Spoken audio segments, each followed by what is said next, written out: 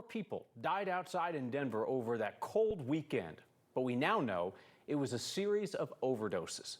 Advocates for the homeless say it's the deadliest year they have ever seen. Here's Mark Salinger. It started on Saturday at 4:44 p.m. on North Alcott Street near Empower Field. An outdoor death investigation, as police call it. No names, no details. Over the next 24 hours and 23 minutes, Denver police would investigate 3 more outdoor deaths.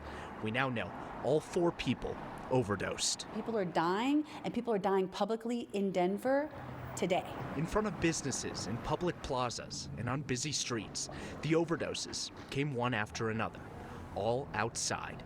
Lisa Rayville runs the Harm Reduction Action Center. Outside, in alleys, in parks, and in business bathrooms. It used to be cops coming up on people overdosing.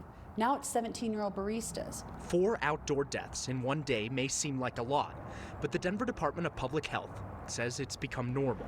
They say this weekend was similar to every other weekend this month. It's incredibly concerning. We are in the worst overdose crisis we've ever been in, with the most unpredictable drug supply. Most of the time they are homeless if it's an outdoor death, and it's not a suspicious death. At homeless camps in Denver today, Amy Beck searched for answers. As an advocate with Together Denver, she knows outdoor overdoses happen often in the homeless community.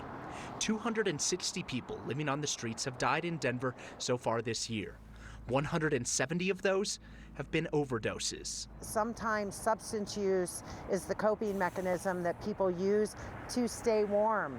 And so if we were to offer them a warm place to be, rather than on the streets, perhaps they wouldn't overdose. While we don't yet know for sure if the 4 who died this weekend were homeless, Lisa knows the reality of living on the street. She works with them every day. We have had the most unhoused people have died in Denver this year already than ever before.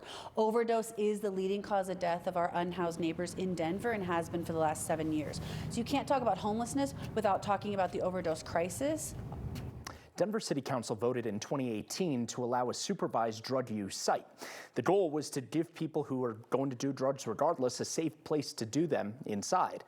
That project never took off, and earlier this year, Colorado Democrats killed a bill that would have allowed safe injection sites around the state.